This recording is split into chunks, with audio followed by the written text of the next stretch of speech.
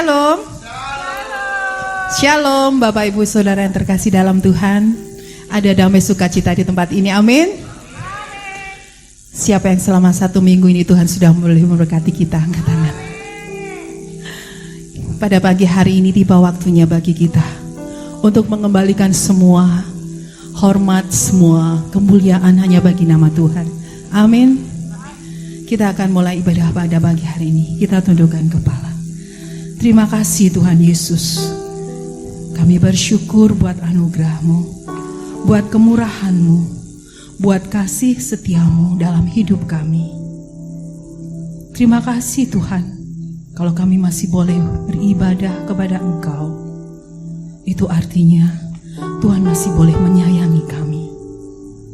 Pagi hari ini Tuhan, kami mau mempersiapkan hati kami, mempersiapkan roh kami, untuk kami boleh berjumpa secara pribadi dengan Engkau. Lawat kami semua di tempat ini Tuhan Yesus. Terima kasih Yesus. Kami datang menyembah Engkau. Kami datang meninggikan nama-Mu. Kami datang mengeluh-elukan Engkau, Allah yang Maha Kudus, Allah yang hidup. Haleluya Yesus. Ku datang Tuhan dalam hadirat-Mu, berhiaskan kekudusan. Seluruh surga sujud menyembah-Mu. Ku tersungkur dan berseru, kudus, kuduslah, kuduslah Tuhan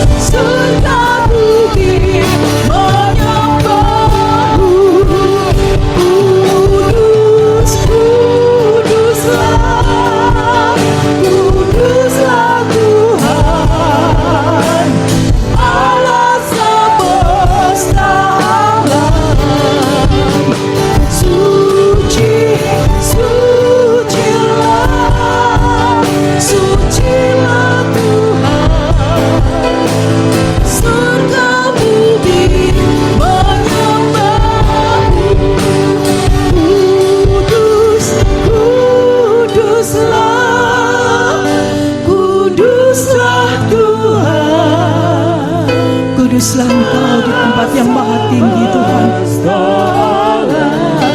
Kuduslah Engkau, karena Engkau Maha Kudus.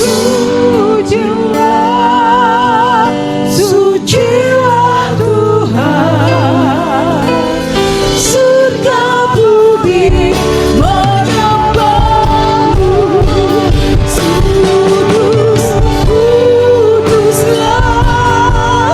Kuduslah Tuhan, Allah semesta alam. Suci, sucilah, sucilah Tuhan, surga bumi menyembahmu. Surga bumi menyembahmu. Surga bumi menyembahmu.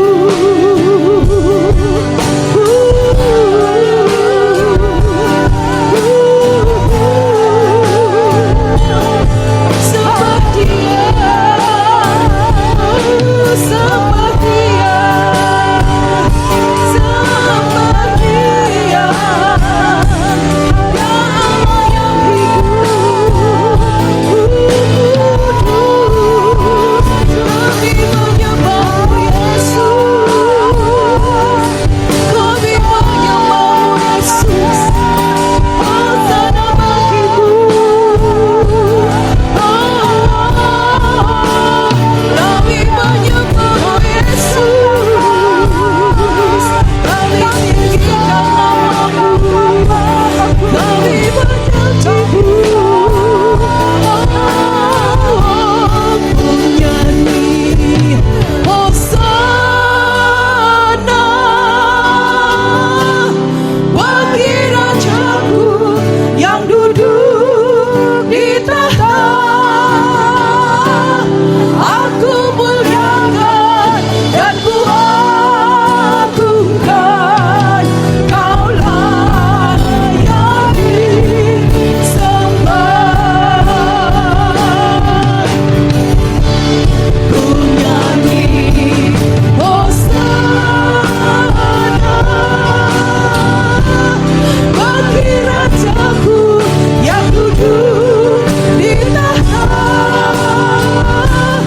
Aku muliakan dan ku agungkan, Kaulah yang disembah.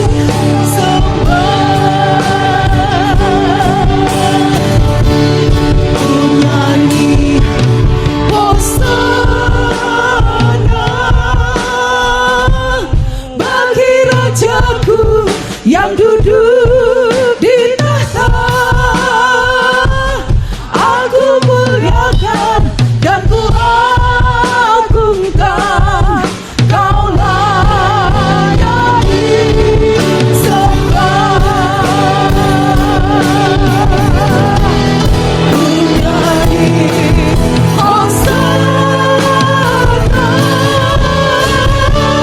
bagi Rajaku yang duduk di tahta. Aku muliakan dan ku agungkan, Kaulah yang disembah. Kaulah yang disembah. Kaulah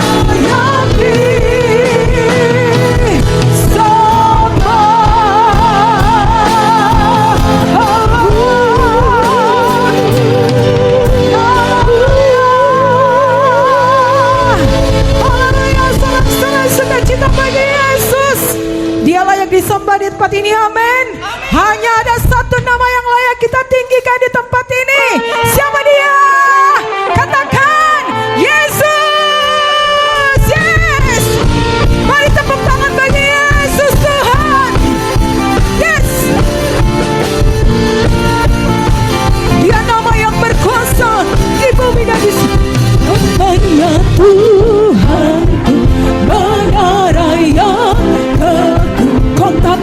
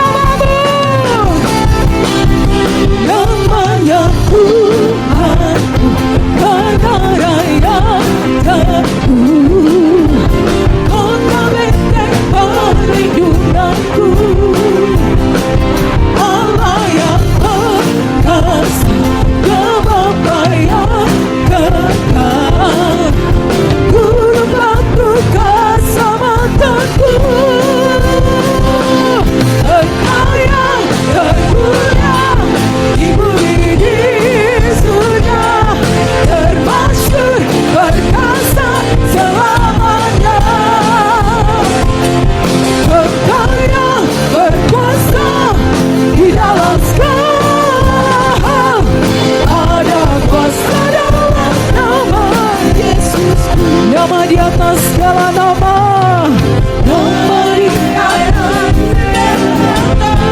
nama yang membebaskanku, nama yang telah membebaskan segala kuasa tunduk, segala kuasa pada nama itu. Yes Tuhan, Yesus Tuhan segala. Sekali lagi katakan nama, nama di atas segala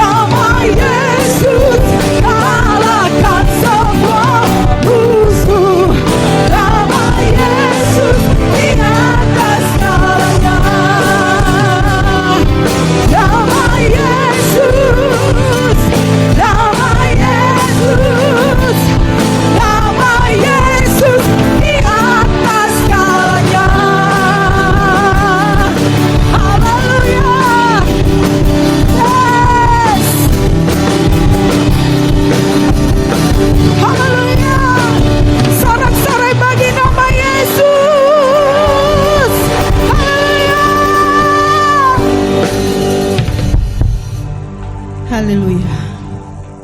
Terima kasih Tuhan Yesus.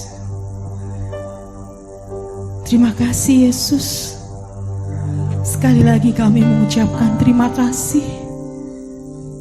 Engkau Allah yang baik dalam hidup kami. Meski terkadang kami tidak setia, penyertaan-Mu selalu setia dalam hidup kami. Meski terkadang kami tidak tahu jalan-jalan kami, Engkau yang senantiasa menuntun kami. Bapa, ajar kami senantiasa mengucap syukur dalam segala hal. Bapa, tolong kami Yesus.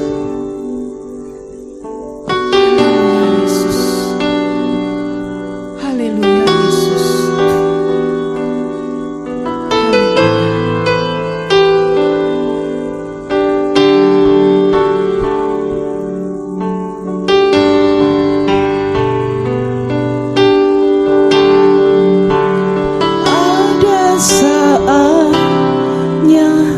Yang ku alami seperti yang aku ingini, ku tetapkan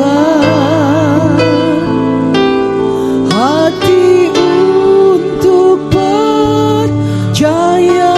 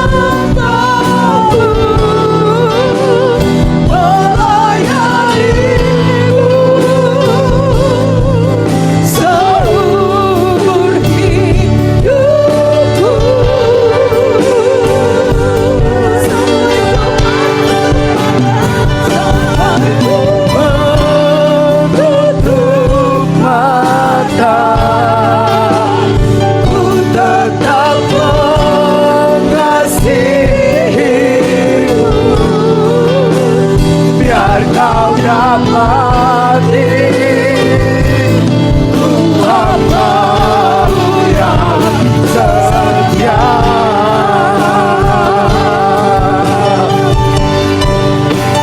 Sampai akhir hidupku, ku kan tetap menyembah-Mu, melayani-Mu ya Tuhan, seumur hidupku, sampai ku menutup mata, sampai ku menutup mata, ku tetap mengasihimu, biar kau dapati ku hamba. Sekali lagi dengan segenap hati katakan, sampai akhir hidupku, sampai akhir hidupku. Ini janji setia kami Tuhan. Apapun yang terjadi dalam hidup kami, kami terus menjadi penyembah-Mu, melayani-Mu. Yes, seumur hidupku, sampai ku menutup mata, sampai ku menutup mata, ku tetap mengasihimu, biar kau dapati ku hamba-Mu yang setia. Sampai akhir hidupku, sampai akhir hidupku, ku kan tetap menyembah-Mu, melayani-Mu, seumur hidupku, sampai ku menutup mata, sampai ku menutup mata.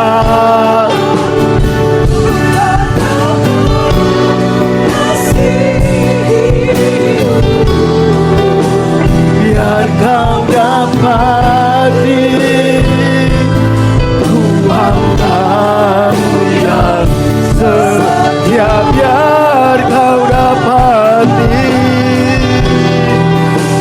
biar kau dapati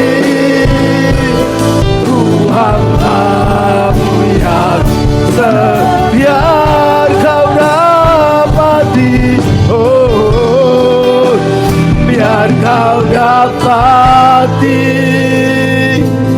ku hamba-Mu yang setia. Mari kita sembah Dia. Kami sembah Kau, Kau yang layak ditinggikan, Kau Allah yang hidup, Kau Bapa yang mengasihi kami. Tidak pernah Kau tinggalkan kami selama-lamanya. Hanya Kaulah Tuhan hidupku selama-lamanya. Ku mau menyembah-Mu selama-lamanya. Ku melayani-Mu Tuhan. Haleluya, haleluya, haleluya. Oh, oh, oh.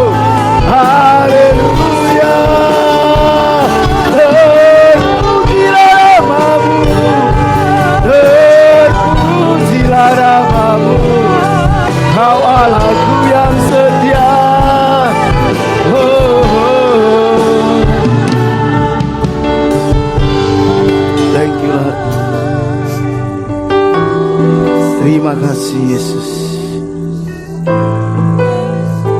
Yesus. Sampai akhir hidupku bukan tetap menyembahmu. I come to worship you, Lord Jesus. Melayanimu You are worthy, Lord. seumur hidupku. Thank you, Holy Spirit. Sampai ku menutup mata, Ya Tuhan. ku tetap mengasihimu. Ya, biar kau dapati ku hamba-Mu yang setia. Naikkan dari segenap hatimu, katakan kepada Raja kita. Sampai akhir Hidupku ku kan tetap menyembah-Mu, melayani-Mu seumur hidupku, sampai ku menutup mata, sampai ku menutup mata, ku kan tetap ngasihi-Mu, biar kau dapati ku hamba-Mu yang setia, biar kau dapati,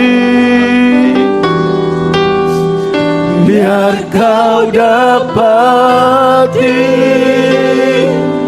ku hamba-Mu yang setia, biar kau dapati, biar kau dapati ku hamba-Mu yang setia.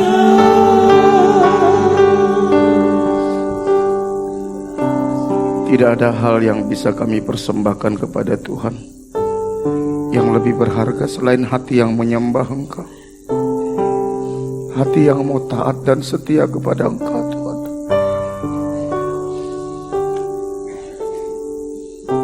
Biar Engkau temukan dalam hidup kami hati yang taat dan setia, hati yang mengasihi Tuhan. Pulihkan terus hidup kami, perbaharui terus hidup kami, Tuhan. Buka mata kami untuk melihat kebesaran kasih setia-Mu, keagungan dari kasih setia-Mu, sampai kami hanya terpesona kepada Tuhan. Tidak ada lagi yang mempesona hati kami selain Engkau. Bagi kami Yesus cukup. Bagi kami Yesus cukup. Terima kasih buat hadirat-Mu. Terima kasih buat kasih-Mu. Kami percaya Roh-Mu ada di tengah-tengah kami, memulihkan, menyembuhkan, menguatkan, meneguhkan, menghibur, bahkan memberikan kemenangan. Kami percaya kami pulang dari tempat ini sebagai orang-orang yang diberkati oleh Tuhan. Kami pulang dari tempat ini sebagai orang-orang yang berkemenangan. Terima kasih Tuhan. Kalau sebentar kami akan mendengarkan firman Tuhan, Roh Kudus, bukakan rahasia firman-Mu bagi kami, bahwa kami mengenal kebenaran, sampai kebenaran itu memerdekakan kami. Urapi hamba-Mu, urapi setiap kami, urapi guru-guru sekolah minggu, lawat anak-anak sekolah minggu Tuhan. segala pekerjaan setan, kuasa kegelapan, penguasa-penguasa di udara, penghulu-penghulu dunia yang gelap, pemerintah-pemerintah, orang-orang kuat, kami ikat, kami tawan, kami perintahkan keluar dari tempat ini di dalam nama Tuhan Yesus. Roh Kudus bekerjalah Engkau lebih lagi dalam nama Tuhan Yesus. Haleluya, amin. Kita akan pengakuan iman Rasul 1, 2, 3. Aku percaya kepada Allah Bapa yang Maha Kuasa, ahli langit dan bumi, dan kepada Yesus Kristus anaknya yang tunggal Tuhan kita, yang dikandung dari Roh Kudus, lahir dari anak darah Maria, yang menderita sengsara di bawah pemerintahan Pontius Pilatus, disalibkan, mati dan dikuburkan, turun ke dalam kerajaan maut, pada hari yang ketiga bangkit pula dari antara orang mati, naik ke sorga, duduk di sebelah kanan Allah Bapa yang Maha Kuasa, dan dari sana ia akan datang untuk menghakimi orang yang hidup dan yang mati. Aku percaya kepada Roh Kudus, gereja yang kudus dan am, persekutuan orang kudus, pengampunan dosa, kebangkitan tubuh, dan hidup yang kekal. Amin. Bapa kami yang di sorga, dikuduskanlah namamu, datanglah kerajaanmu, jadilah kehendakmu di bumi seperti di sorga. Berikanlah kami pada hari ini makanan kami yang secukupnya, dan ampunilah kami akan kesalahan kami, seperti kami pun mengampuni orang yang bersalah kepada kami. Dan janganlah membawa kami ke dalam pencobaan, tetapi lepaskanlah kami daripada yang jahat, karena Engkaulah yang mempunyai kerajaan dan kuasa dan kemuliaan sampai selama-lamanya. Amin. Silakan duduk Bapak Ibu Saudara yang dikasihi Tuhan. Salam. Salam. Katakan kiri kananmu, bro, sister, Tuhan mengasihimu. Bilang amin. Tuhan mengasihimu. Tuhan tidak pernah melupakan engkau. Amin. Saya percaya saudara, kita ada semua karena kasih setia Tuhan. Kita ada karena perlindungan Tuhan. Kita ada karena pemeliharaan Tuhan. Dan kalau Tuhan izinkan kita ada sampai saat ini, percayalah, masih ada perkara-perkara yang besar, masih ada hal-hal yang besar yang Tuhan sedang sediakan bagi kita. Karena itu jangan fokus dengan masalah, jangan fokus dengan keadaan, jangan fokus dengan orang lain. Fokuslah kepada Tuhan dan apa yang akan Dia kerjakan bagi kita, saudara. Biar ini yang meneguhkan kita, karena hari-hari ini akan banyak distraction, pengalih perhatian, saudara. Akan banyak yang membuat kita nggak fokus. Ada banyak peristiwa-peristiwa, ada orang-orang di sekitar kita yang membuat kita nggak mampu lagi melihat Tuhan, yang mencuri perhatian kita, saudara. Bapak Ibu, 1 bulan lagi kita akan Natal, saudara. 1 bulan lagi, nggak kerasa. Tanggal 21 kita akan Natal, dan tolong mulai dipersiapkan orang-orang yang terlibat, supaya kita persiapkan yang terbaik. Rencana kita akan Natal di sini, dan kita akan pembagian sembako, saudara, seperti biasanya. Itu yang ingin saya sampaikan. Doakan. Besok saya akan ke Bali, kita akan rapat pengurus sinode secara nasional, saudara. Kita akan menyusun program kerja rencana tahun depan, saudara. Apa yang akan kita capai tahun depan, saudara. Gereja ini mau dibawa kemana? Kalau tahun ini tema kita level up, kita nggak tahu tahun depan kemana, saudara. Saya rindu, saudara, kita mulai mengevaluasi diri kita, saudara, ya. Kira-kira kita saat ini sudah level up atau level down, saudara? Perlu, saudara. Coba ambil waktu. Dari 2024 ke 2025, kita ini sudah level up atau level down?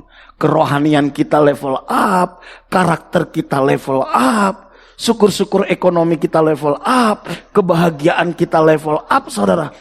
Mari pengenalan kita akan Tuhan semakin level up. Jangan kita hanya berputar-putar gitu-gitu aja, saudara. Tuhan tidak ingin kita seperti itu. Tuhan ingin kita maju, bertumbuh, semakin dewasa menyerupai Kristus, saudara. Tema kita sepanjang bulan ini adalah meredefinisi Bagaimana menjadi diri Anda yang sebenarnya? Tahukah saudara bahwa Tuhan ciptakan kita itu unik, saudara? Dulu saya waktu tidak mengenal Tuhan sungguh-sungguh, saya berusaha membandingkan diri saya dengan orang lain. Saya pingin seperti si A, saya pingin seperti si B. Saya pelajari, bahkan setelah saya bertobat, saya pingin kayak Benny Hinn, saya pingin seperti Gilbert Lumindong, saya pingin seperti saya punya idola hamba-hamba Tuhan. Tapi lama-lama saya lihat rasanya kok semakin berat. Tuhan bilang, aku ciptakan engkau. Aku menciptakan engkau seperti dirimu sendiri. Be yourself. Sebenarnya bukan be yourself, saudara. Bukan menjadi diri kita sendiri. Jadilah seperti apa yang Tuhan mau. Jadilah seperti apa yang Tuhan mau.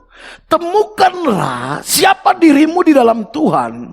Apa maksud Tuhan menempatkan kita di dunia. Apa rencana Tuhan dalam hidup kita.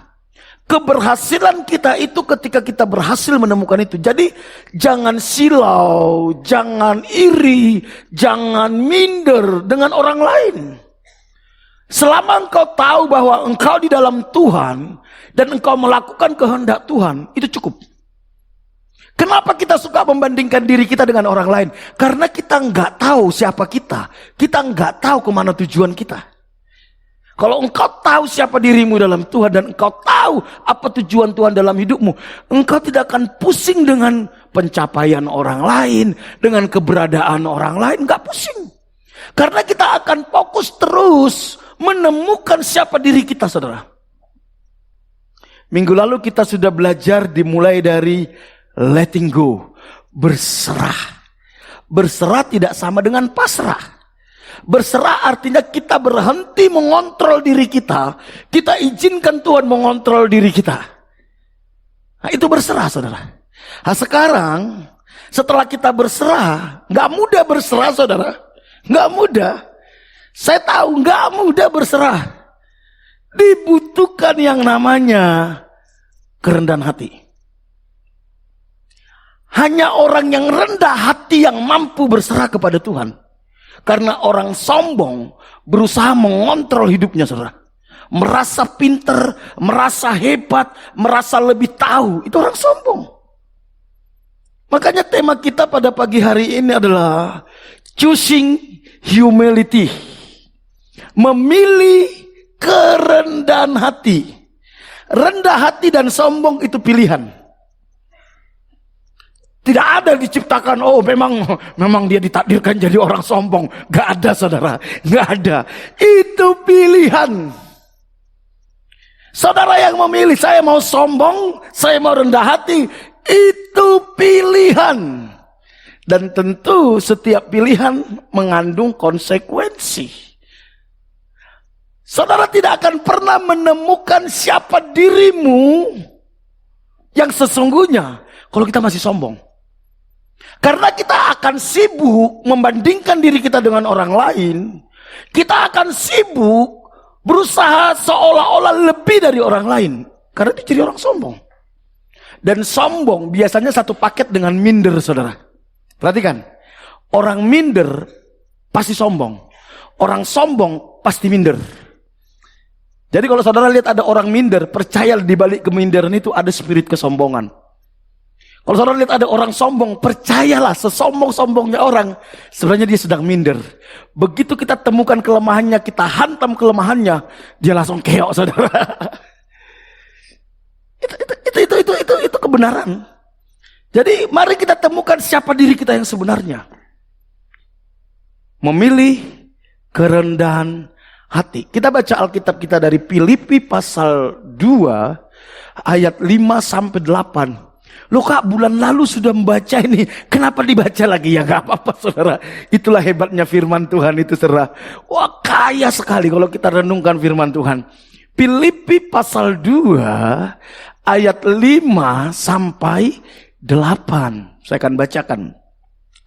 Hendaklah kamu dalam hidupmu bersama menaruh pikiran dan perasaan yang terdapat juga dalam Kristus Yesus. Lihat, ada pikiran, ada perasaan. Pikiran dan perasaan ketika ketemu menghasilkan kehendak. Jadi segala sesuatu dimulai dari pikiran. Apa yang saudara lihat, itu masuk ke pikiran. Setelah masuk ke pikiran, masuk ke hati. Di situ mulai rasa muncul. Ketika rasa sudah mulai muncul, di situ ada keputusan. Mau dilanjutkan atau tidak. Kalau pikiran dan perasaan Kristus yang mengontrol kita, maka kita akan melakukan kehendak Tuhan. Tapi kalau pikiran dan perasaan dari iblis atau dari kedagingan yang mengontrol hidup kita, disitulah kita melakukan dosa. Jadi tidak ada orang yang tiba-tiba melakukan dosa. Gak ada. Gak ada orang yang tiba-tiba dia terjatuh, gak ada. Lihat, sebelum Hawa jatuh ke dalam dosa, Alkitab bilang gini, dia melihat buah pohon pengetahuan yang baik dan buruk itu sangat menawan. Dia lihat, mulai dia nilai saudara, kok menawan saya. Terus mulai dibilang sama iblis, kalau engkau makan buah itu, engkau akan menjadi sama dengan Tuhan. Mulai dia masukkan rasanya. Waduh, kayaknya kalau saya makan buah itu, saya seperti Tuhan. Gimana ya rasanya? Sama seperti Tuhan. Diambillah buah itu. Makanya hati-hati dengan apa yang kita pikirkan. Hati-hati dengan apa yang kita rasa. Kita ketemu sama orang. Kita lihat kelakuannya. Kita dengar omongannya. Kita kelola dalam pikiran kita, saudara. Setelah kita kelola dalam pikiran kita, masuk ke rasa. Mulai kepahitan, mulai kecewa, mulai tersinggung. Masuk ke rasa, begitu masuk ke rasa, gak bisa dikontrol lagi. Membuat keputusan, ngamuk, mencelakai, mutung, ngambek. Jadi semua gitu. Kita lihat apalagi saudara, ada handphone. Waduh, padahal bukan milik kita nih. Waduh, handphone, iPhone tipe terbaru saudara. Kita kelola, gimana ya rasanya punya handphone ya. Tapi enggak milikku, enggak boleh. Mulai kita rasakan gimana bangganya kalau punya handphone kayak gitu. Waduh, bertarunglah antara pikiran dan perasaan saudara. Mulai muncul keberanian untuk nyolong. Lihat. Jadi pertarungan kita setiap hari itu di pikiran dan perasaan. Kalau saudara ingin level up, kalau saudara ingin berkemenangan, kendalikan pikiran dan perasaan. Disinilah kekuatan kita, saudara. Lihat orang-orang yang gak mampu mengendalikan pikiran dan perasaan, gampang jatuh dalam dosa. Gampang dipermainkan oleh iblis. Gampang diseret oleh iblis, saudara. Makanya kita perlu setiap hari mengoreksi. Tuhan, coba apa yang saya pikirkan ini benar enggak? Makanya minggu lalu saya bilang, pikirkan apa yang saudara pikirkan. Pikirkan apa yang saudara pikirkan. Masuk ke rasa, hati-hati. Begitu sudah masuk di rasa, itu susah lepas. Makanya Amsal 4 ayat 23. Jagalah hatimu dengan segala kewaspadaan, karena dari sanalah akan terpancar kehidupan. Kalau rasanya sudah pahit, kalau hatinya sudah pahit, pahitlah semua yang keluar dari hidupnya. Lihat orang-orang yang omongannya kasar, omongannya pahit, omongannya ngebully apa saja, perhatikan hatinya pasti pahit. Orang-orang yang omongannya pesimis, orang-orang yang negatif, hatinya pasti pahit. Karena hati itu sumber, saudara. Sumber. Kalau sumbernya sudah rusak, semuanya akan rusak, saudara. Beberapa waktu yang lalu, saudara, air di rumah kami itu selalu butek, saudara. Waduh, saya sampai stres, saudara. Waduh, sudah butek, saudara.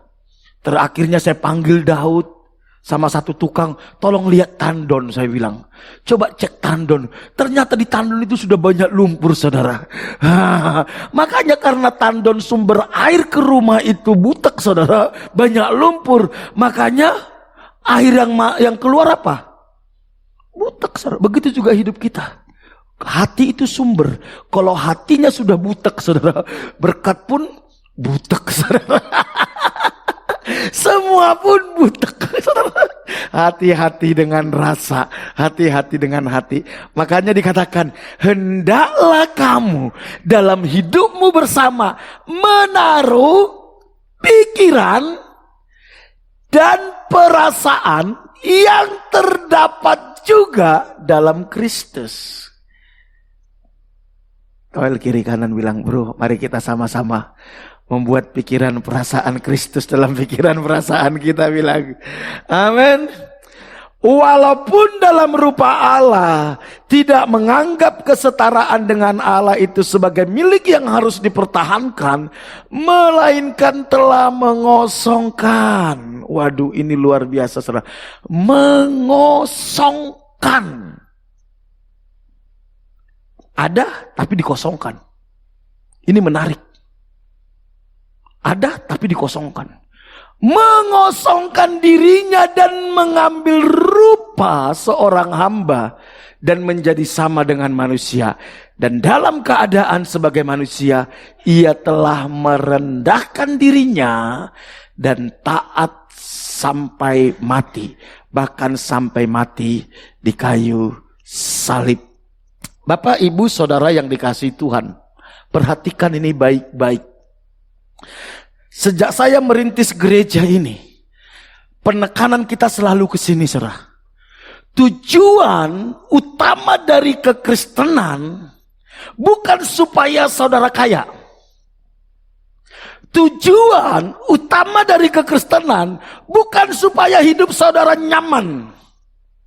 Tujuan dari kekristenan bukan supaya saudara bahagia. Karena saudara tidak akan pernah menemukan kebahagiaan yang sempurna di dunia yang sudah rusak akibat dosa. Gak mungkin. Tujuan utama kekristenan bukan untuk masuk surga. Bukan. Surga itu tempat.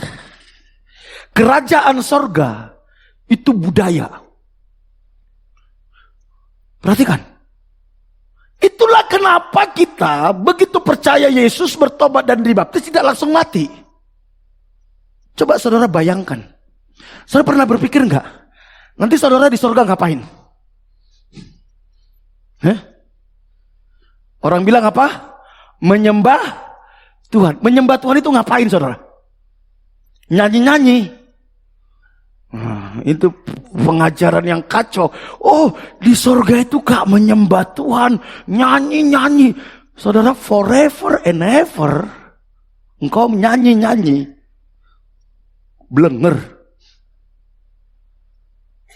Kalau orang bilang di surga itu hanya nyanyi-nyanyi, dia gak mengerti apa esensi menyembah. Dia tidak mengerti maksud menyembah itu apa. Jadi tujuan utama kekristenan adalah mengembalikan kita kepada rancangan Allah yang semula. Ingat ketika Tuhan menciptakan Adam dan Hawa, Tuhan menciptakan mereka segambar dan serupa dengan Allah. Memiliki selem dan demut yang sama dengan Allah. Apa artinya segambar dan serupa dengan Allah? Memiliki pikiran, perasaan, kehendak yang sama dengan Tuhan.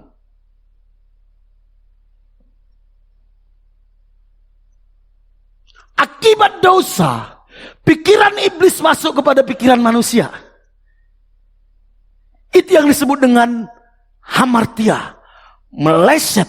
Sehingga kita gak mampu lagi mengerti kehendak Tuhan. Sehingga kita gak mampu lagi melihat siapa diri kita dengan benar. Gak mampu lagi bersikap. Karena pikiran kita sudah dirusak oleh dosa. Jadi kekristenan itu adalah mengembalikan manusia kepada rancangan Allah yang semula, yaitu segambar dan serupa dengan Allah. Allah itu roh. Bagaimana kita segambar dan serupa dengan Dia? Siapa teladannya? Yesus. Karena kepenuhan Allah ada di dalam Kristus. Yesus bilang, kalau engkau melihat aku, engkau melihat Bapa. Jadi target utama kekristenan adalah supaya kita kembali segambar dan serupa dengan Allah, atau segambar dan serupa dengan Yesus, atau memiliki pikiran perasaan yang sama dengan Kristus. Itulah tujuan dari kekristenan. Segala sesuatu yang membawa kita keluar dari sini pasti penyesatan.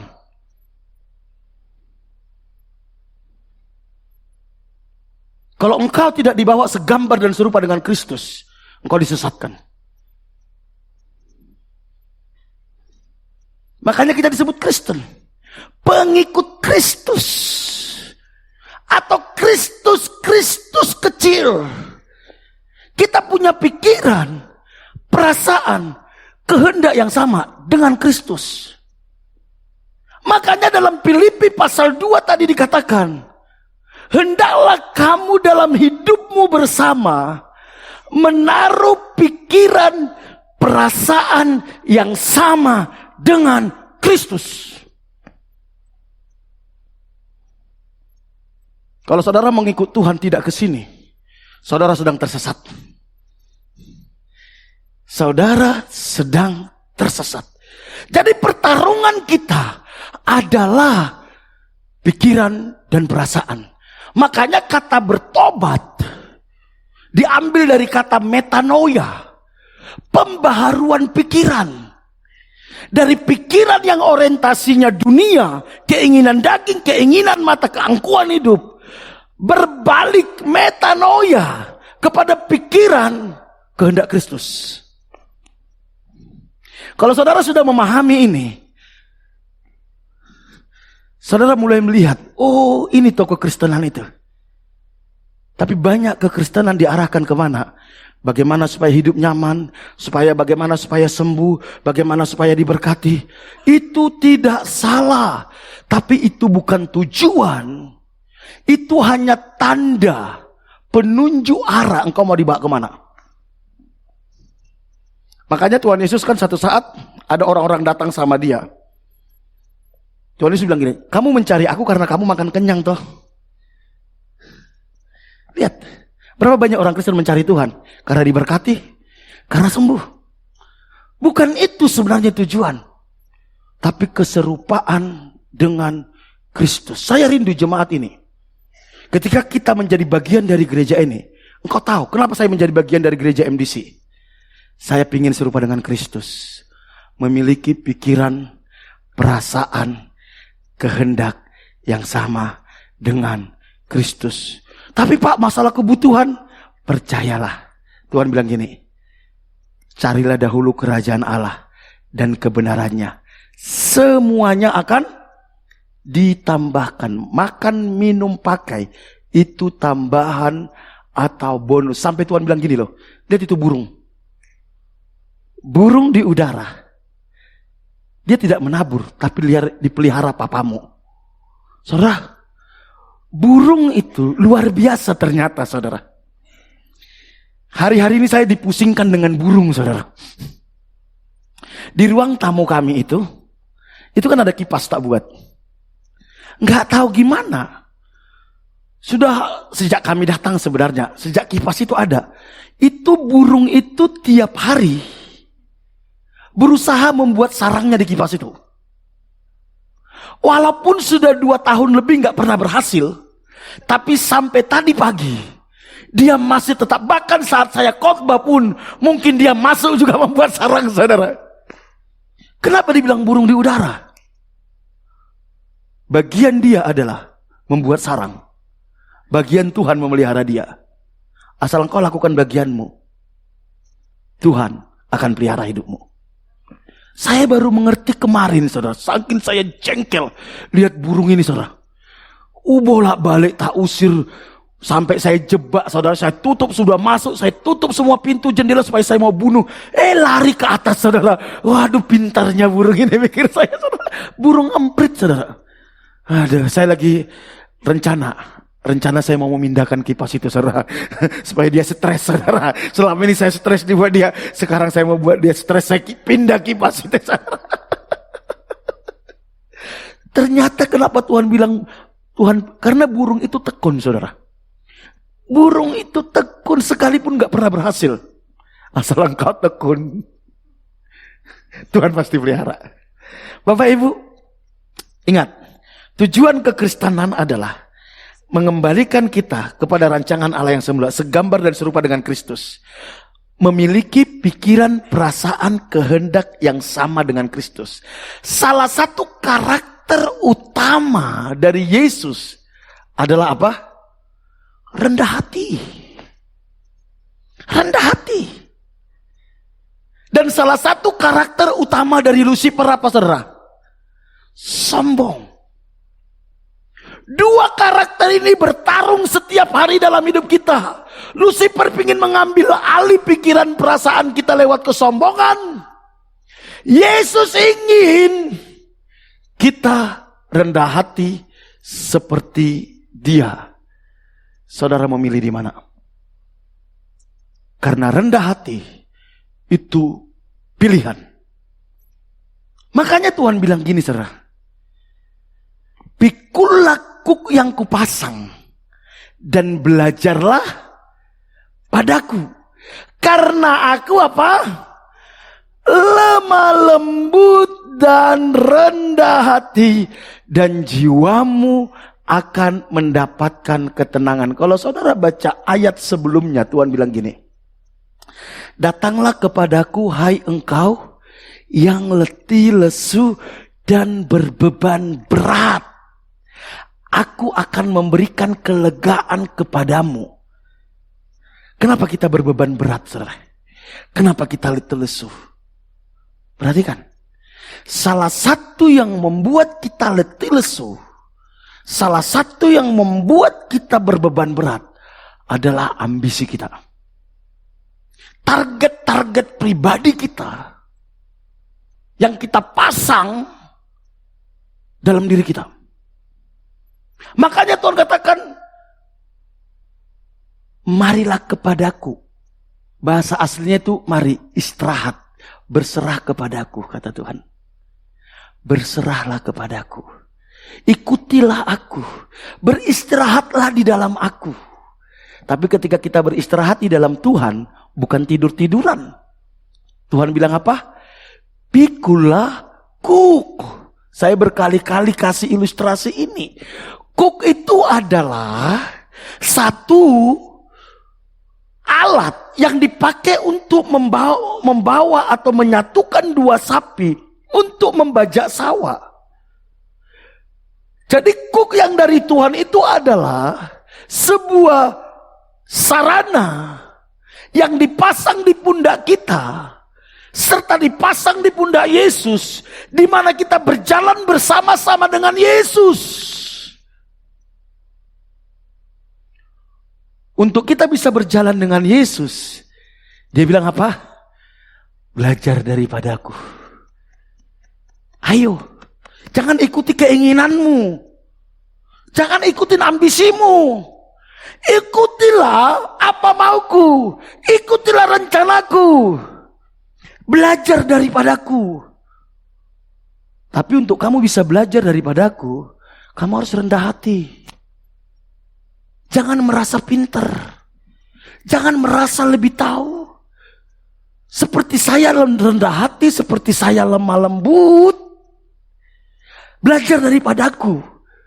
Ketika engkau lemah lembut, hatimu mudah diomongin, hatimu mudah dibentuk, dan engkau rendah hati, engkau akan mengerti kemana aku ajak engkau jalan. Kita akan berjalan bersama-sama.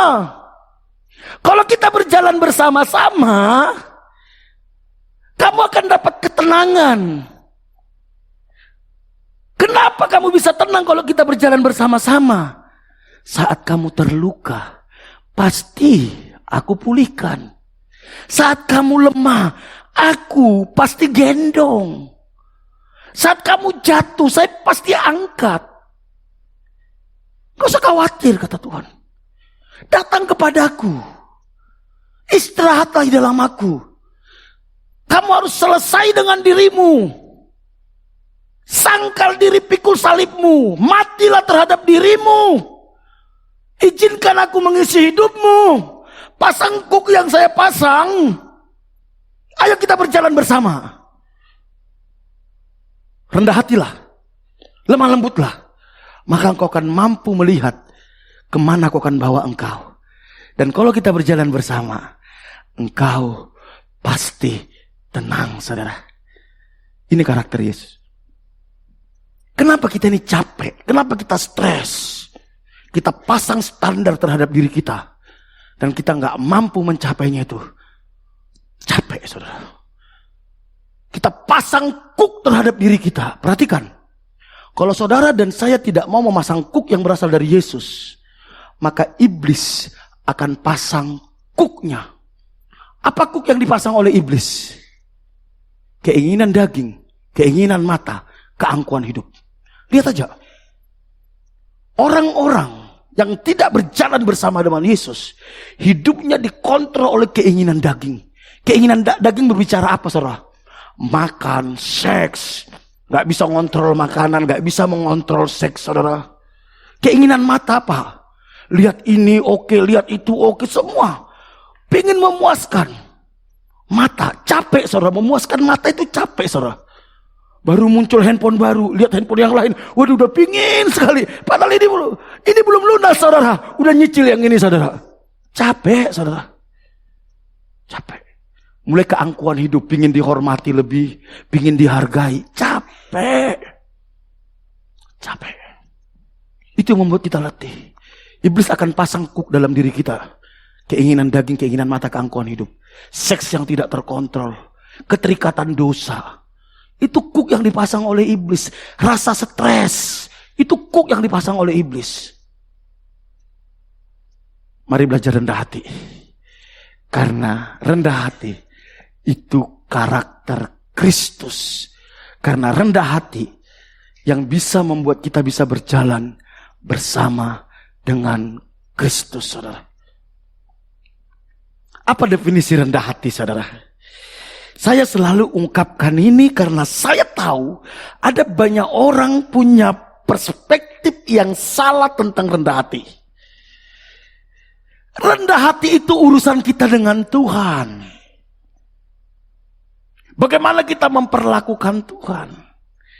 Kerendahan hati adalah pengakuan akan keterbatasan manusiawi dan ketergantungan mutlak kepada Tuhan. Kalau engkau merasa bisa hidup tanpa Tuhan, kalau engkau merasa Tuhan tidak punya hak intervensi atas hidupmu, itulah kesombongan.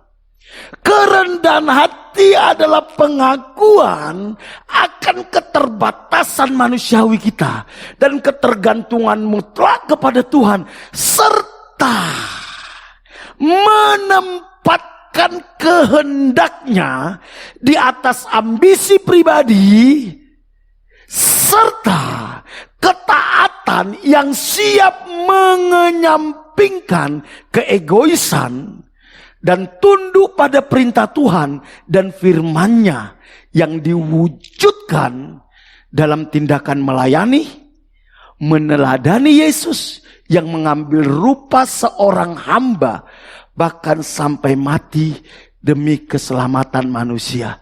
Orang yang tidak mau melayani, engkau sombong. Engkau merasa bahwa Tuhan tidak berhak atas hidupmu. Itu yang menghancurkan hidup kita. Orang yang rendah hati, dia sadar betul, saya tidak berdaya. Saya butuh anugerah Tuhan. Saya bergantung mutlak kepada Tuhan. Dan mengizinkan Tuhan intervensi total dalam hidup saya.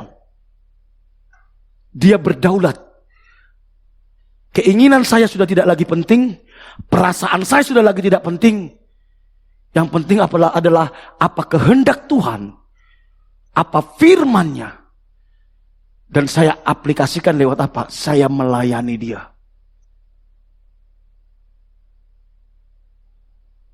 Lucifer sombong, dia nggak mau melayani Tuhan. Dia ingin dilayani. Itu spirit Lucifer. Dia ingin menyamai yang maha tinggi, dia ingin dilayani.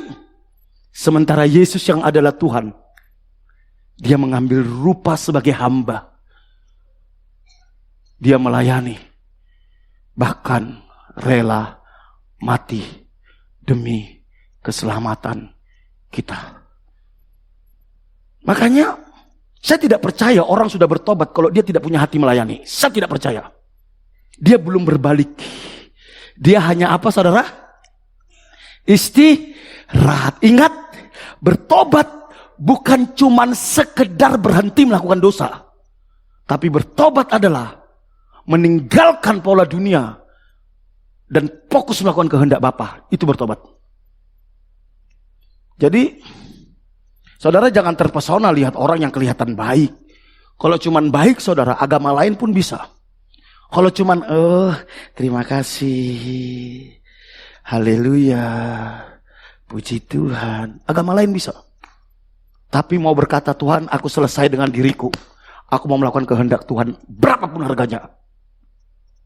Itulah kerendahan hati. Katakan kiri kananmu, bro, kita sudah rendah hati atau belum? Bilang. Saudara, mari kita belajar rendah hati, saudara. Kerendahan hati. Rick Warren bilang gini, saudara. Rick Warren, saya suka tulisan-tulisan Rick Warren. Saudara kalau punya waktu, beli bukunya dia yang berjudul The Purpose Driven Life. Itu 40 hari yang mengubahkan hidup kita. Semua mahasiswa saya di Bhinneka, saya wajibkan untuk merangkum buku itu, saudara. The Purpose Driven Life. Hidup yang digerakkan oleh tujuan. Dulu harganya, saudara, masih 20-an ribu, 30 ribu. Kemarin kita saya baru beli lagi satu baru, saudara. Harganya sekarang 75 ribu, saudara. Tapi itu salah satu buku terlaris di seluruh dunia yang ditulis oleh Rick Warren. Makanya kenapa saya suka ngutip tulisan-tulisan dia, saudara. Karena luar biasa, saudara. Bagaimana kita diarahkan kepada tujuan. Hidup yang diarahkan oleh tujuan. Bukan tujuan kita, tapi tujuan Tuhan, saudara. Rick Warren bilang gini, saudara. Kerendahan hati bukanlah berpikir rendah tentang diri sendiri. Itu minder, saudara. Melainkan berpikir lebih sedikit tentang diri sendiri. Orang sombong akan selalu memikirkan tentang diri sendiri, keinginan sendiri, tujuan sendiri.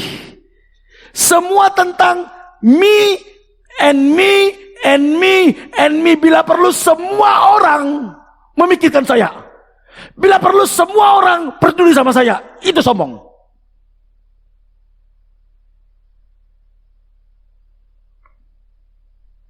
Orang sombong akan selalu memikirkan tentang diri sendiri, keinginan sendiri, tujuan sendiri, dan cara sendiri.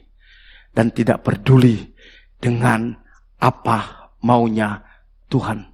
Sementara orang yang rendah hati, dia berhenti dengan dirinya dan mulai berpikir, apa yang Tuhan mau dalam hidup saya? Apa kehendak Tuhan bagi saya? Apa rencana Tuhan bagi saya? Apa maunya Tuhan bagi keluarga saya? Apa maunya Tuhan bagi bisnis saya? Apa maunya Tuhan bagi pekerjaan saya? Apa maunya Tuhan bagi uang saya? Apa maunya Tuhan bagi hubungan saya dengan orang lain? Apa maunya Tuhan? Kenapa saya harus bergereja di tempat ini? Itulah rendah hati. Selama engkau hanya berpikir bagaimana me and me and me, dan kalau bisa semua orang harus memikirkan saya, itu sombong. Lucifer, lihat, seluruh penduduk sorga orientasinya Tuhan, mengagungkan Tuhan, meninggikan Tuhan, memuliakan Tuhan. Sampai suatu saat Lucifer ingin menyamai yang maha tinggi. Dia ingin menjadi pusat perhatian. Akhirnya Tuhan buang. Ketika Tuhan buang pun dia ingin tetap jadi pusat perhatian. Sepertiga dari malaikat sorga ditarik, saudara, memberontak kepada Tuhan. Akhirnya Lucifer dan sepertiga malaikat sorga itu dibuang ke bumi.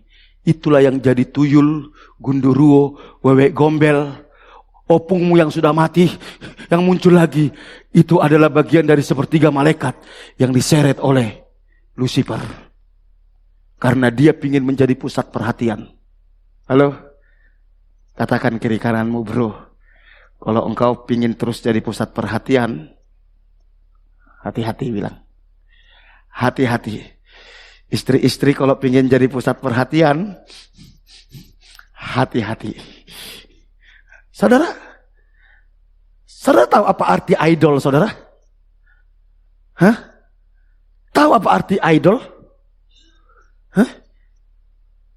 Idol itu idola, berhala. Pendeta bisa nggak jadi berhala, saudara? Bisa. Jadi pusat perhatian bisa nggak? Lucifer.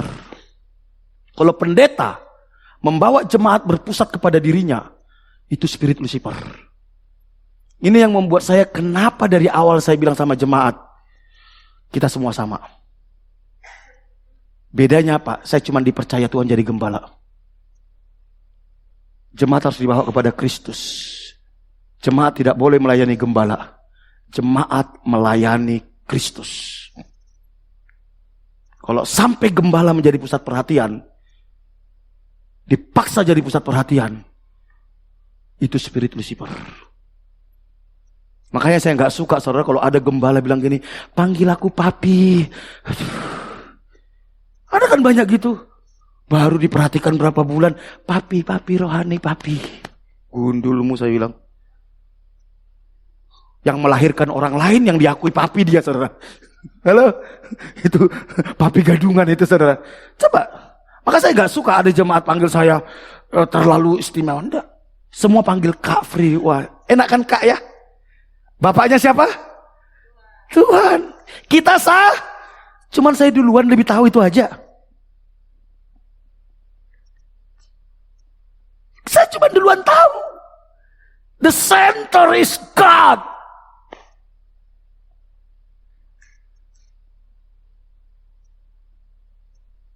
Mari hati-hati, saudara. Jangan jadikan anakmu jadi pusat perhatian. Dia akan jadi berhala. Ada banyak orang tua, anaknya didandani, semua keinginannya diapai, jadi berhala, saudara. Rusak anak itu nanti.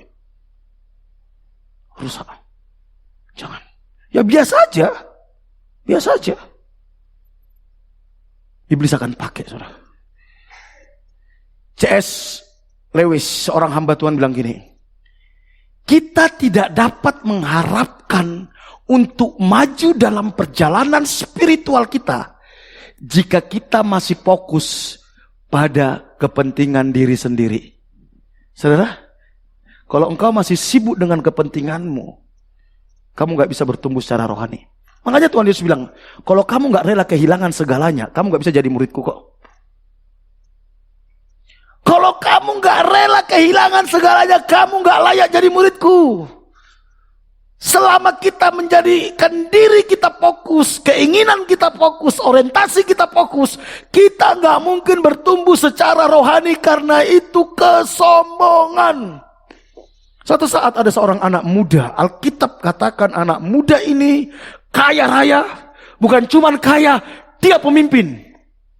Suatu saat dia bilang gini sama Yesus, Guru, apa yang harus kulakukan agar aku memperoleh hidup kekal?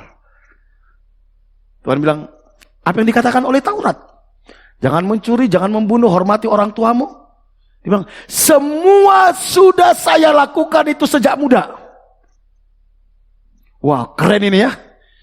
Dari muda dia melakukan Taurat, akhirnya dia kaya raya. Jadi kalau saudara ingin kaya raya, sukses, taat aja sama Taurat, pasti sukses. Serius. Komitmen aja melakukan Taurat, pasti sukses secara duniawi. Anak muda ini membuktikan. Tapi dia bilang gini, saudara. Dia bilang gini. Tuhan Yesus bilang gini sama dia.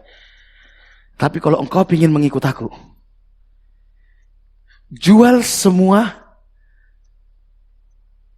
hartamu, bagikan ke orang miskin, baru ikut aku. Anak muda ini langsung muntaber, saudara. Tahu apa arti muntaber? Mundur tanpa berita. Begitu Tuhan bilang, jual semua hartamu, bagikan ke orang miskin, baru ikut aku. Keder dia, saudara. Dia tinggalkan Yesus. Padahal orang baik loh, taat Taurat loh. Kenapa? Niatnya baik, ingin menjadi murid Yesus, tapi orientasinya masih dirinya sendiri. Gak kuat.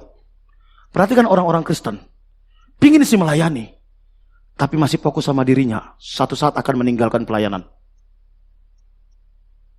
Dan Tuhan herannya, Tuhan gak bilang gini, aduh, anak muda, aduh, kamu tersinggung ya? Aduh, sorry kalau omonganku kasar. Oh, gak apa-apa, ayo, lumayan perpuluhanmu nanti. Jangan. Tuhan gak bilang gitu. Yesus biarkan. Dia bilang, lebih gampang seekor onta masuk ke lubang jarum daripada orang kaya masuk dalam kerajaan sorga. Oh, berarti enak dong jadi orang miskin ya. Orang kaya fokus pada diri sendiri aja gak masuk sorga, apalagi orang miskin. Udah miskin, fokus diri sendiri lagi, tambah cilaka. Suatu saat, saya pernah cerita ini ya. Saya ini kan dulu salah satu pelayanan saya di Malang itu jemput jemaat yang gak mampu. Ada sekelompok mbah-mbah. Untuk menjemputnya itu perjalanannya itu ke sana setengah jam, balik setengah jam, saudara. Nah, jadi saya itu harus menjemput, saudara. Satu saat ada mbah-mbah ini, saudara. Mbah, hari ini ke gereja, saya bilang. Oh, Mas, hari ini libur dulu ya. Loh, kenapa? Gak ada yang jaga rumahku, katanya. Saya lihat rumahnya, saudara. Sorry. Rumahnya itu lantainya tanah, dindingnya gedek, tendang satu tiangnya ambruk. Dalam hati saya bilang, Mbah, siapa yang mau masuk ke rumahmu? Lihat. Hati-hati berpusat pada diri sendiri. Itu akan membuat engkau gak bisa menjadi penyembah, gak bisa bertumbuh. C.S. Lewis bilang gini, kita tidak dapat mengharapkan untuk maju dalam perjalanan spiritual kita jika kita masih terfokus pada kepentingan diri sendiri. Bagaimana langkah untuk bertumbuh dalam kerendahan hati, saudara? Ada 3 langkah untuk bertumbuh dalam kerendahan hati. Yang pertama, berpikir seperti Kristus. Filipi 2 ayat 5 tadi katakan, hendaklah kamu dalam hidupmu bersama menaruh pikiran dan perasaan yang terdapat juga dalam Kristus Yesus. Kita harus punya pola pikir WWGD. Ini waktu mahasiswa, kami waktu mahasiswa tren dengan kata-kata ini, saudara. Apa itu, saudara?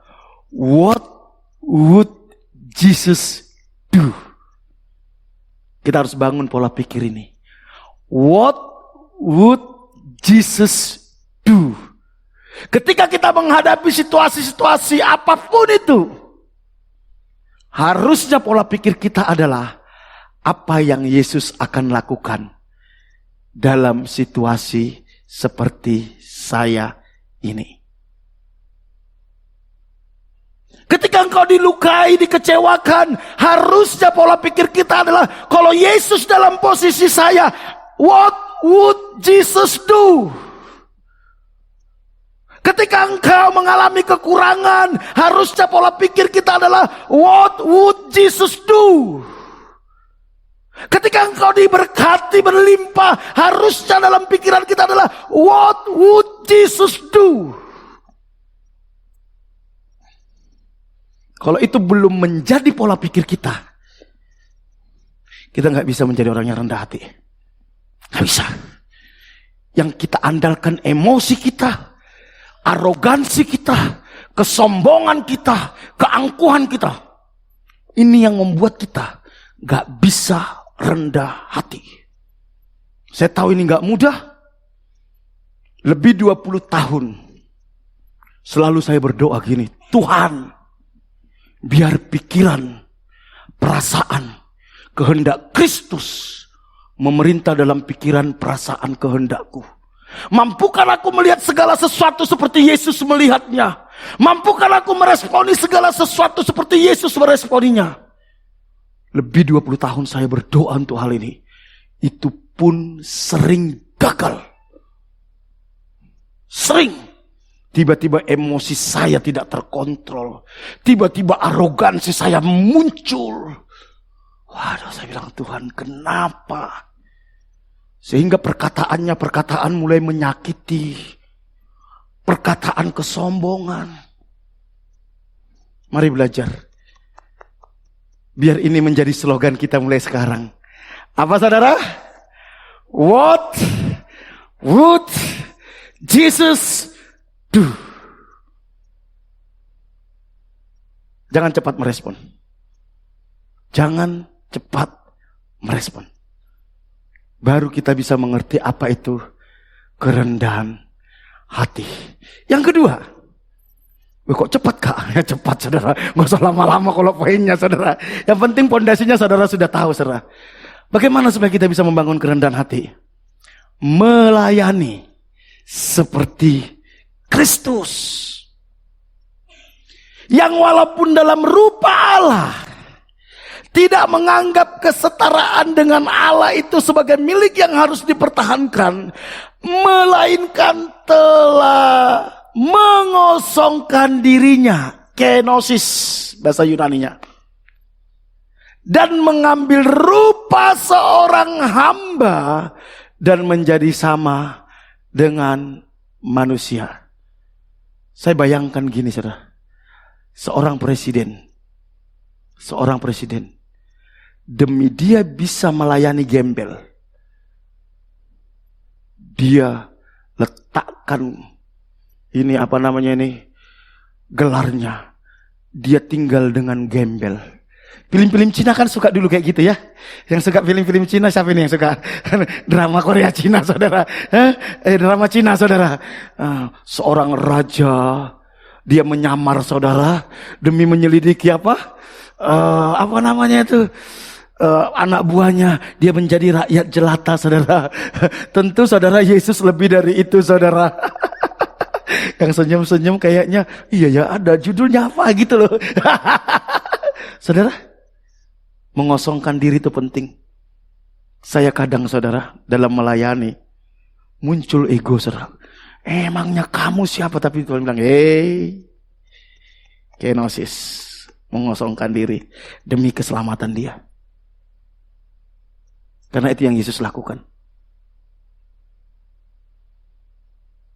Saudara, melayani Tuhan itu enggak mudah saudara. Salah satu sarana terbaik untuk membentuk kerendahan hati adalah melayani.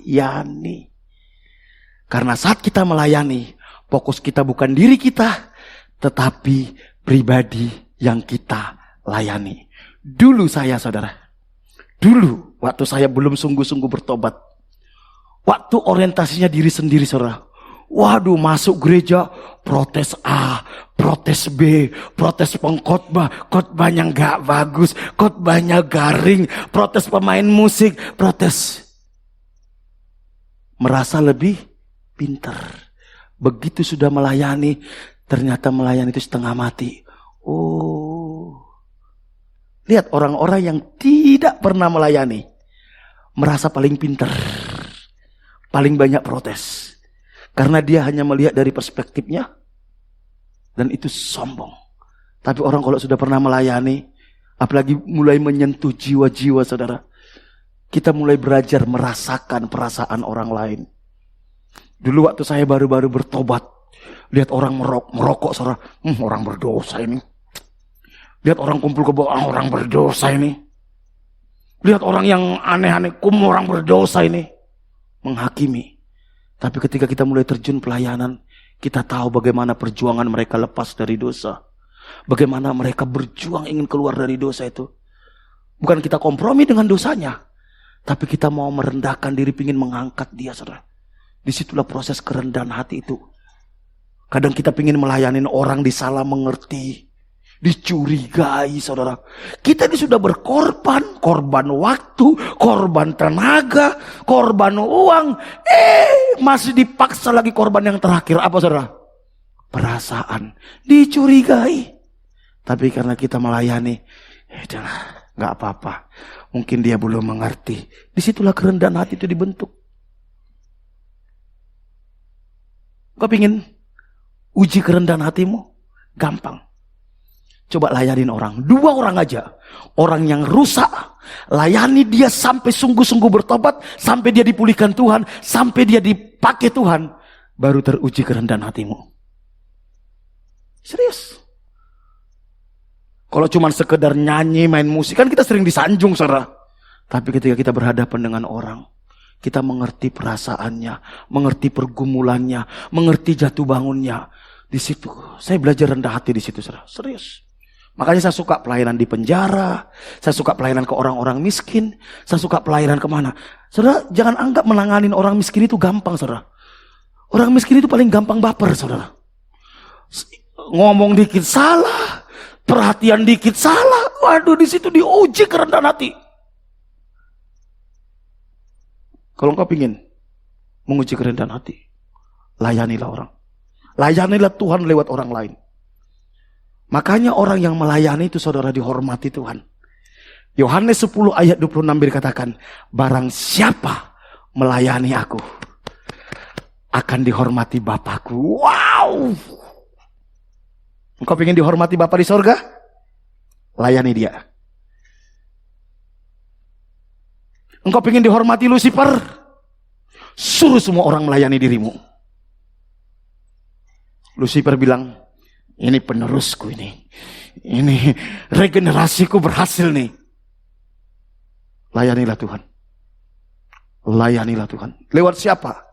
Lewat orang-orang susah, lewat orang-orang berdosa, lewat orang-orang miskin. Engkau akan mengerti apa itu kerendahan hati, saudara.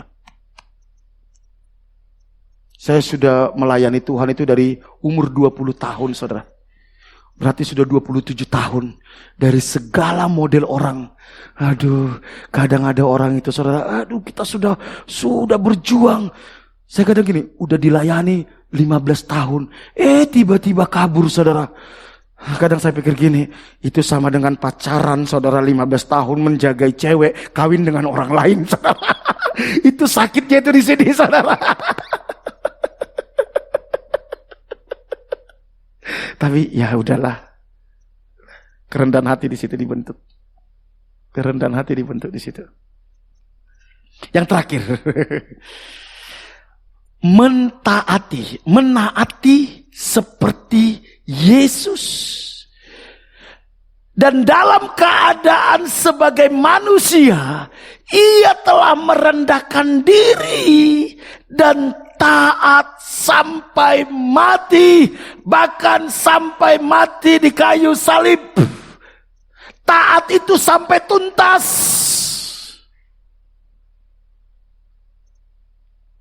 Tidak ada bilang taat itu setengah, nggak ada. Taat itu menyeluruh. Saya nggak mencuri, Kak. Saya nggak berzina, Kak. Saya tidak kepahitan, Kak. Tapi saya malas, nggak taat. Nggak taat. Taat itu menyeluruh dan tuntas. Yesus taat kepada Bapaknya. Apapun resikonya dia tanggung. Sampai mati di atas kayu salib. Makanya di atas kayu salib dia katakan, tetelestai, selesai. Finish. Ketaatan merupakan ekspresi dari kerendahan hati. Sedangkan pemberontakan atau ketidaktaatan merupakan ekspresi kesombongan. Sama seperti Lucifer. Kenapa dia dibilang sombong? Dia nggak taat. Orang yang tidak taat itu sombong. Dia merasa lebih tahu dari Tuhan. Dia merasa lebih mengerti dari Tuhan. Dia merasa lebih benar dari Tuhan. Itu sombong. Bill Johnson bilang gini, saudara. Ketaatan adalah bentuk tertinggi dari penyembahan. Ketaatan bentuk tertinggi dari penyembahan. Ketidaktaatan bentuk tertinggi dari pemberontakan.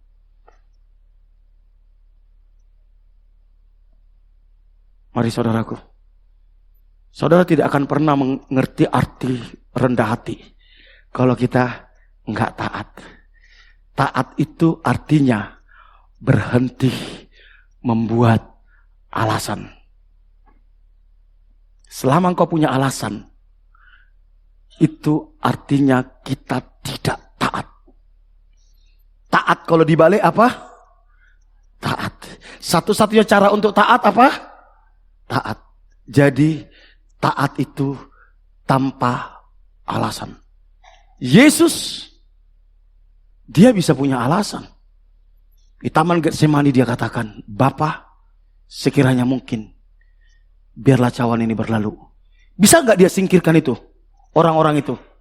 Dia cukup panggil malaikat satu kompi, selesai saudara. Tapi dia bilang, bukan kehendakku, tapi kehendakmu yang jadi. Dia bawa itu saudara, salib itu, sampai ke bukit Golgota. Di atas kayu salib dia bilang, Eloi, Eloi, lama sabatani.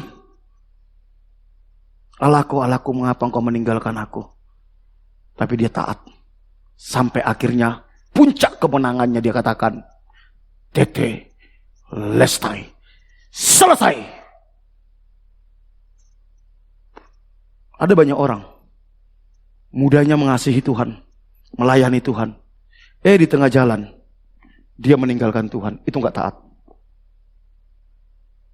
Kita baru tahu kita taat atau tidak ketika kita nanti di ujung kematian. Masihkah kita taat? Karena taat dan setia itu satu paket, saudara. Makanya ketaatan adalah bentuk tertinggi dari worship. Engkau bisa nyanyi, nangis-nangis bahasa roh dari semua bahasa di dunia. Kalau engkau selalu punya alasan tidak taat, engkau hanya bernyanyi, bukan menyembah. Karena penyembahan tertinggi itu adalah worship. Sama seperti Abraham. Penyembahan, kenapa dia disebut sebagai bapa orang beriman? Ketika Tuhan bilang, Abraham, bawa anakmu ke Gunung Muria, sembelih dia. Wow. Dia tidak mau mencari alasan, saudara. Alasan, Abraham bisa punya 1000 alasan. Dia bisa bilang sama Tuhan, Tuhan, bukankah Tuhan janji keturunanku seperti bintang di langit, seperti pasir di laut? Anakku satu-satunya mau disembelih, bagaimana nanti anakku lagi? Bisa aja. Bisa aja. Tapi dia taat, dia bawa itu ke Gunung Muria, dia ambil pisau mau disembelih dia. Itulah worship. Upah dari kerendahan hati. Ini kita suka, saudara. Saya yakin semua orang suka ini, saudara. Tadi sudah berat-berat ya. Oh, sekarang kita lihat yang endingnya, ini yang enak, saudara. Kalau engkau rendah hati, perhatikan baik-baik apa yang akan kita alami. Filipi 2 ayat 9 katakan, itulah sebabnya Allah sangat meninggikan dia dan mengaruniakan kepadanya nama di atas segala nama. Kalau engkau rendah hati, Tuhan akan tinggikan hidupmu. Tapi kalau sombong, Tuhan akan rendahkan. Seperti Lucifer. ketika dia ingin meninggikan dirinya, menyamai Tuhan, dibuang dia sampai ke tingkat paling rendah. Dia bilang, kalau engkau belum ditinggikan Tuhan, cek apakah engkau rendah hati atau tidak. Kalau Tuhan temukan kita rendah hati, percayalah Tuhan akan tinggikan kita. Yang kedua, Yakobus 4 ayat 10 bilang, rendahkanlah dirimu di hadapan Tuhan, dan Dia akan meninggikan kamu. Rahasia ditinggikan Tuhan adalah merendahkan diri di hadapan Tuhan. Bukan di hadapan bos, bukan di hadapan pacar, bukan di hadapan teman. Ada banyak orang di hadapan bos merendahkan dirinya luar biasa, tapi di hadapan Tuhan sombongnya luar biasa. Orang kayak gini akan dihancurkan oleh Tuhan. Amsal 22 ayat 4 dibilang, ganjaran. Wah, saya suka. Ganjaran itu biasanya apa, saudara? Hukuman ya? Benar ya? Ganjaran ini biasa dipakai untuk apa, saudara? Hukuman. Betul nggak? Artinya kalau hukuman itu kan semangat ya. Kita kan semangat menghukum ya, saudara. Ganjaran telat adalah push up. Wah, begitu telat, ayo cepat push up. Itu ganjaran, saudara. Ganjaran tidak menyelesaikan tugas adalah tidak naik kelas. Ganjaran. Tapi Amsal menarik. Bilang, ganjaran kerendahan hati dan takut akan Tuhan adalah apa? Kekayaan, kehormatan, dan saudara mau dihukum Tuhan? Mau? Mau. Kalau mau dihukum dengan kekayaan, kehormatan, dan kehidupan, caranya bagaimana? Rendah hati dan takut akan Tuhan. Tuhan akan kasih ini. Lihat orang-orang yang betul-betul rendah hati. Lihat orang-orang yang rendah hati. Gak mungkin miskin. Gak mungkin. Gak mungkin. Karena Tuhan berjanji, ganjaran kerendahan hati dan takut akan Tuhan adalah kekayaan, kehormatan, dan kehidupan. Artinya hidup yang berkualitas. Ada banyak orang, saudara, kaya, terhormat, tapi hidupnya gak berkualitas. Sakit-sakitan, rumah tangganya berantakan, anak-anaknya narkoba. Tapi Tuhan mau kita kaya, kita terhormat, kita bahagia, rumah tangga kita bahagia, anak-anak kita bahagia. Itulah janji Tuhan kepada orang yang rendah hati dan takut akan Tuhan. Mari kita bangkit berdiri. Kita nyanyikan lagu terakhir tadi yuk.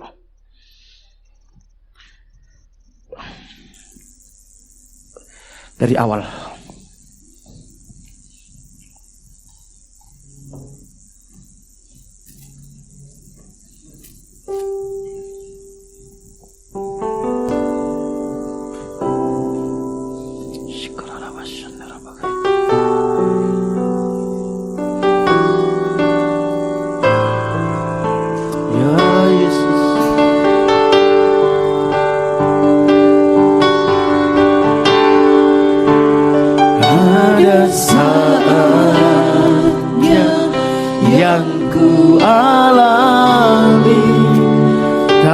Seperti yang aku ingini, ku tetapkan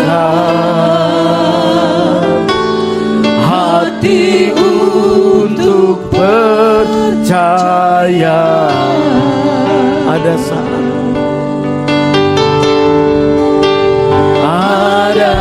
saatnya yang ku hadapi, seringkali aku tak mengerti. Ku memilih untuk tetap setia.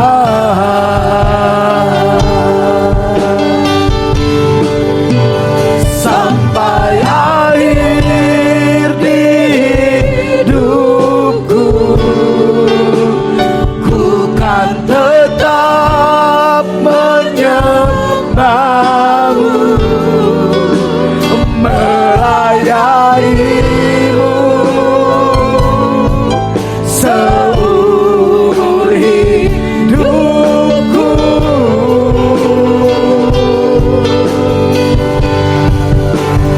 sampai ku menutup mata. Ku tetap mengasihimu, biar kau dapati ku hamba-Mu yang setia sampai akhir. Sampai akhir hidupku, ku kan tetap menyembah-Mu, melayani-Mu seumur hidupku, sampai ku menutup mata, sampai ku menutup mata. Ku tetap mengasihi-Mu, biar kau dapati ku hamba-Mu yang setia, biar kau dapati, biar kau dapati ku hamba-Mu yang setia, biar kau dapati, oh.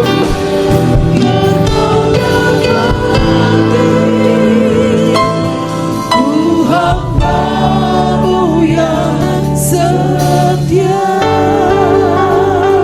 Saudara, Tuhan mengasihi kita, tapi Tuhan gak bisa angkat hidup kita kalau kita sombong. Karena itu spirit Lucifer. Yesus datang untuk mengalahkan spirit itu. Mari kita putuskan untuk rendah hati. Orang yang meninggikan diri akan direndahkan, tapi orang yang merendahkan hatinya akan ditinggikan oleh Tuhan. Bisa jadi kenapa Tuhan tidak angkat hidup kita, karena kita terlalu sombong. Kita terlalu sibuk dengan diri kita sendiri, ambisi kita, keinginan kita, ego kita, kebanggaan kita. Tuhan mau kita mengosongkan diri kita dan berkata, Tuhan, biar kehendak-Mu yang jadi. Tuhan tidak bisa angkat hidupmu kalau engkau masih sombong. Gak bisa. Mari kita sama-sama belajar. Saya pun belajar sampai saat ini. Saya pun berjuang untuk mengalahkan kesombongan saya dengan anugerah Tuhan. Saya sadar, saya pun ada di situ, saudara. Setiap hari saya menjerit di hadapan Tuhan, meminta pikiran, perasaan, kehendak Kristus itu memerintah dalam pikiran, perasaan, kehendakku. Bapa, kami bersyukur buat kebenaran firman-Mu. Ampuni kami kalau kami masih sombong. Kami izinkan spirit dari Lucifer itu mengendalikan hidup kami. Ampuni kami. Kami gak mau tunduk kepada Tuhan, kami gak mau taat kepada Tuhan. Ampuni kami. Roh Kudus, ajari kami. Biar pikiran, perasaan, kehendak Kristus itu memerintah dalam pikiran, perasaan, kehendak kami. Mampukan kami melihat segala sesuatu seperti Yesus melihatnya. Mampukan kami meresponi segala sesuatu seperti Yesus meresponinya. Saat Engkau membentuk umat-Mu dalam kerendahan hati, beri kami semua kekuatan. Mampukan kami untuk menang atas kesombongan kami. Pulihkanlah umat-Mu ini Tuhan. Pulihkanlah dengan kasih-Mu. Pulihkanlah dengan anugerah-Mu. Terima kasih. Materaikan firman-Mu ini dalam nama Tuhan Yesus.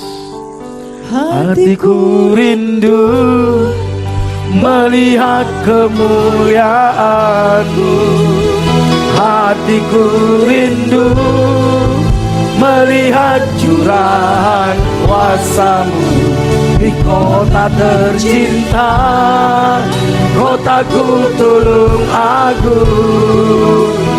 Ku berdoa tulung agung, penuh kemuliaan-Mu tulung agung.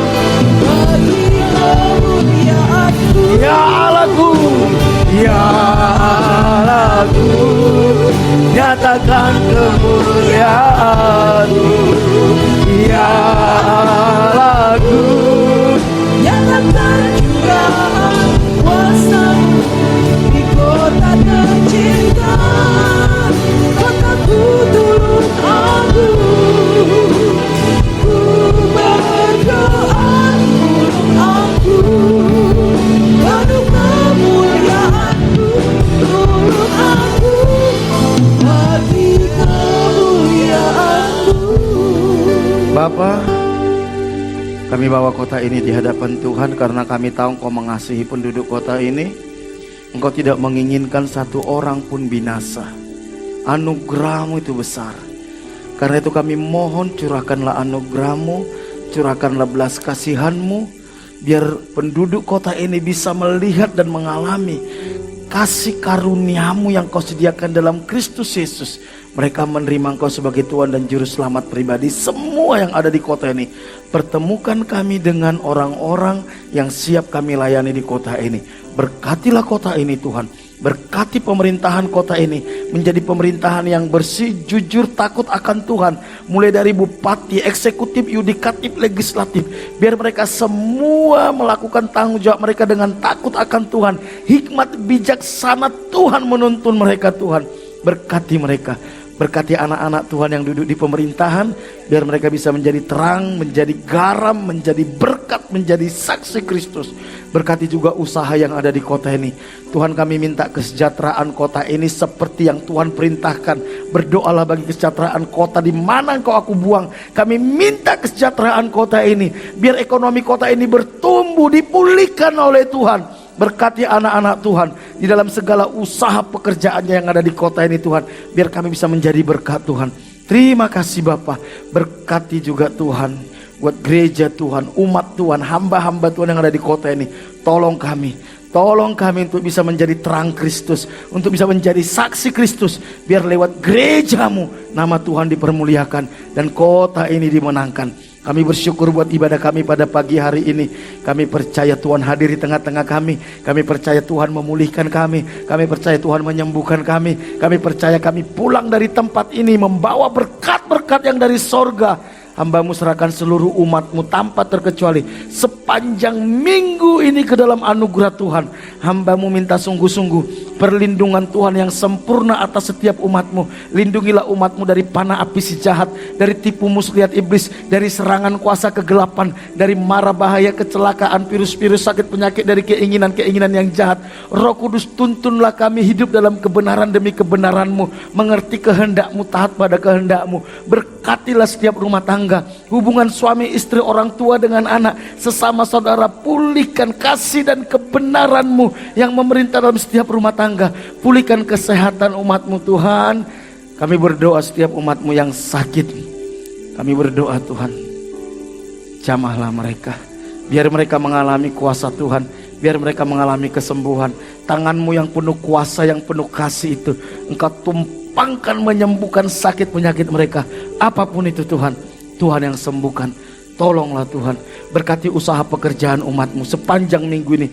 Apapun yang mereka kerjakan bersama dengan Tuhan, Tuhan buat berhasil. Seperti Engkau memberkati Abraham, Ishak dan Yakub, Tuhan yang memberkati umat-Mu ini. Kemanapun mereka melangkah, berkat-berkat Tuhan melimpah. Bukakan tingkap-tingkap langit, curahkan berkat-Mu, halaukan belalang perlahap. Berikan hikmat, ide, kreativitas kepada umat-Mu. Pertemukan umat-Mu dengan orang-orang yang tepat Tuhan. Cukupi segala kebutuhan umat-Mu. Tolong mereka dalam segala masalahnya. Terima kasih, kami serahkan umat-Mu sepanjang minggu ke depan. Bahkan anak-anak kami, baik yang ada di Tulung Agung, di luar Tulung Agung Tuhan. jagai mereka, lindungi mereka dari pergaulan yang salah, dari nilai-nilai dunia yang tidak sesuai dengan kebenaran firman Tuhan, dari keinginan-keinginan yang jahat. Berkati mereka dengan hikmat bijaksana, takut akan Tuhan. Tuntun langkah-langkah mereka menemukan rencana Tuhan dalam hidup mereka. Tuntun langkah-langkah mereka menemukan panggilan Tuhan dalam hidup mereka. Bahkan tuntun langkah-langkah mereka menemukan pasangan hidup yang Tuhan sediakan bagi mereka. Jangan biarkan mereka salah dalam memilih Tuhan. Terima kasih Bapa. Kami bersyukur, berkati terus Pak Bambang, Bu Bambang, pemilik tempat ini beserta semua keluarga besarnya dimanapun berada. Tuhan, lindungilah mereka dari panah api sejahat, tipu muslihat iblis, dari serangan kuasa kegelapan, dari mara bahaya, kecelakaan, virus-virus, sakit penyakit, dari keinginan-keinginan yang jahat.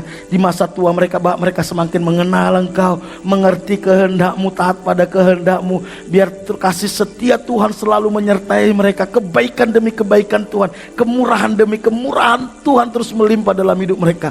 Berkati rumah tangga, hubungan suami istri, hubungan mereka dengan anak cucu menantu. Kasih dan kebenaran memerintah dalam rumah tangga mereka. Pulihkan kesehatan mereka, anak cucu menantu, semua keluarga besarnya dimanapun berada. Tuhan, jamalah mereka. Roh Kudus, jamalah mereka. Roh Kudus, pulihkanlah mereka. Bahwa mereka mengalami kasih Tuhan, bahwa mereka masuk dalam rencana-Mu. Berkati semua perusahaan dan karyawan yang Tuhan percayakan kepada Pak Bambang, Bu Bambang, dimanapun berada, buat berhasil, buat terobosan, buat mujizat. Berikan hikmat, ide, kreativitas, takut akan Tuhan kepada semua karyawannya Tuhan. Berkati semua karyawannya, berkati Barateni sepanjang minggu ini. Kami bersyukur buat ibadah kami. Kami percaya berkat Tuhan ada bagi orang benar. Mari jemaat yang dikasih Tuhan, kita angkat tangan kita. Jemaat yang dikasih Tuhan, percayalah Tuhan mengasihi kita. Percayalah Tuhan tidak pernah meninggalkan kita. Percayalah rencananya, rencana yang penuh pengharapan bagi kita. Karena itu jangan takut. Jangan takut. Pulanglah. Terimalah berkat daripada Allah Bapa. Diberkatilah engkau pada waktu masuk, diberkatilah engkau pada waktu keluar. Diberkatilah buah kandunganmu, diberkatilah adonanmu, diberkatilah bakulmu, diberkatilah hasil tanganmu. Apapun yang kau kerjakan, Tuhan akan buat berhasil. Diberkati engkau di kota, di desa, di gunung, kemanapun kau pergi. Tanda-tanda ajaib menyertai engkau. Engkau akan naik dan tidak akan menjadi turun. Engkau akan menjadi kepala dan bukan menjadi ekor. Anak cucumu akan perkasa di bumi. Engkau akan disebut sebagai orang yang beruntung dan berbahagia. Dan lewat hidupmu akan banyak orang diberkati.